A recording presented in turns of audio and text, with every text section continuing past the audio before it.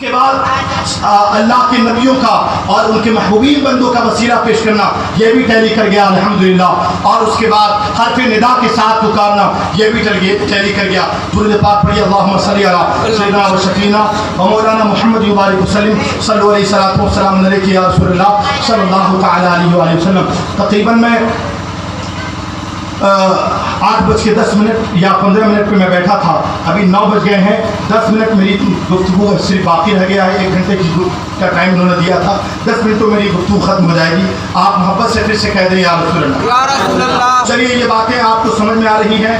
اس بات کے کہنے کا صرف مقصد یہ ہے کہ آپ جو انٹرنیٹ کی تقاریر سن کر کے جیسے تیسے اپنی مرضی سے اپنا ایمان اور عقیدہ تیار کر رہے ہیں اور اپنے علماء سے دور رہ کر اپنے عقیدے کو برباد کر رہے ہیں، یہ چھوڑ دیں۔ اور سب سے پہلی ذمہ داری آپ کی یہ بنتی ہے، آپ سعودی جاتے ہو، وہاں سے آتے تو کہتے ہو ارے بھائی وہاں دین پھیلا، وہاں کے لوگ کیسے غلط ہو سکتے ہیں؟ ارے بھائی ٹھیک ہے دین پھیلا، وہاں کے لوگ غلط نہیں ہو سکتے ہیں، عرب کے لوگ کیسے غلط ہو سکتے ہیں؟ تو سنیے، ہم نے جس صحابی کا نام لیا حضرت عمر بن خطاب کا، کیا وہ پاکستان میں پیدا ہوئے؟ بولیے کہاں پیدا ہوئے؟ وہ صحابی رسول ہے نا۔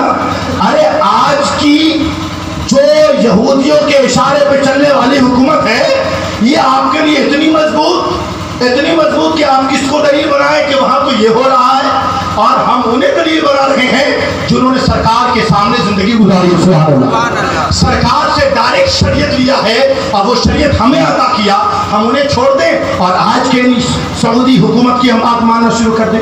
یہ جو لوگ کہتے ہیں وہاں دین پھیلا، وہاں دین پھیلا، سنیے میں بتاتا ہوں، وہاں دین پھیلا اور یہاں دین پھیلا۔ آپ سنیے، وہاں دین اگر پھیلا ہے تو ہم جن کی دلیل پیش کرتے ہیں ہم بھی تو وہی کی بات پیش کرتے ہیں، ہم کہاں کی بات پیش کرتے ہیں؟ ہم نے تو اسی مصطفیٰ جان رحمت کی بات، تم ان کی بات کرتے ہو جو ان کے مزارات اقدس پہ غنڈہ گردی کرتے ہیں، ہم ان کی حدیث پیش کرتے ہیں جو اپنی قبر منور میں آرام فرما رہے ہیں اور ہماری تمام گفتگو کو سماعت کر رہے ہیں، ہم ان کی دلیل پیش کرتے ہیں، ہم مصطفیٰ کی بات پیش کرتے ہیں، مصطفیٰ کے غلاموں کی بات پیش کرتے ہیں، تم یہود و نصارے کے غلاموں کی بات پیش کرتے ہو۔ دلیل بناؤ آقا کو، آقا کے غلاموں کو، انہیں دلیل کیوں بناتے؟ لہذا یہ سب نظریات آپ کے سستے میں آپ کا ایمان و عقیدہ لٹ جاتا ہے اور آپ کو خبر تک نہیں ہوتی۔ چلیے آخری بات آپ کے سامنے پیش کر دیتا ہوں، اس کے بعد میری گفتگو ختم ہو جائے گی۔ محترم سامعین کرام، ایک بہت ہی عام چیز ہے، اس کا خاص بنیادی تعلق نہیں ہے اس سے، حالانکہ یہ اس قدر رائج ہو چکی ہے کہ اب اس کو لوگ سوچتے ہیں کہ یہی سنیت کا معیار ہے، حالانکہ ایسا کچھ ہے نہیں۔ جیسے لوگ فاتحہ دلاتے ہیں، تو ابھی کیا ہے، امام صاحب کو اگر کوئی آ جائے تو فاتحہ دلوانے کے لیے بلانے، اور امام صاحب اگر کسی کے ساتھ پہلے انہوں نے مسجد میں کہہ دیا حضرت چلیے میرے یہاں فاتحہ کر دیجیے گا، اب وہ اگر چلے گئے تو دوسرا آدمی کہہ رہے دیکھو امام صاحب تو خالی پیسے والے کے یہاں فاتحہ کرنے لگا۔ اس کو یہ نہیں معلوم کہ فاتحہ کرانا مستحب ہے اور امام کی تعظیم کرنا واجب ہے، عالم کی تعظیم، علماء کی تعظیم کرنا، اپنے امام کا احترام کرنا یہ ہم پہ واجب ہے۔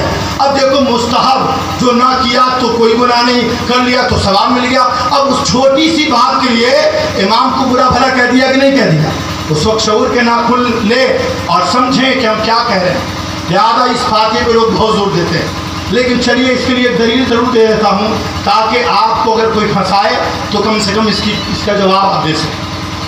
دیکھیے فاتحہ جب ہمارے ہاں سامنے رکھ کے پیش کیا جاتا ہے تو کہیں سامنے رکھ کے پیش کیا جاتا ہے، تو سامنے رکھ کے ضروری نہیں، ٹھیک ہے ہم سامنے نہیں تو پیچھے رکھ کے بھی تو کبھی فاتحہ کرا لے بھائی۔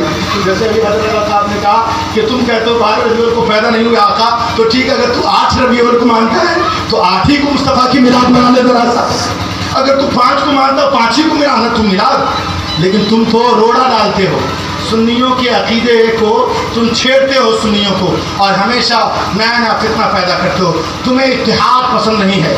یار جو قوم اپنے آقا کے نام پہ متحد ہو رہی ہو اس قوم کو یہ ظالم مصطفیٰ کے نام پر بھی متحد نہیں ہونے دینا چاہتے۔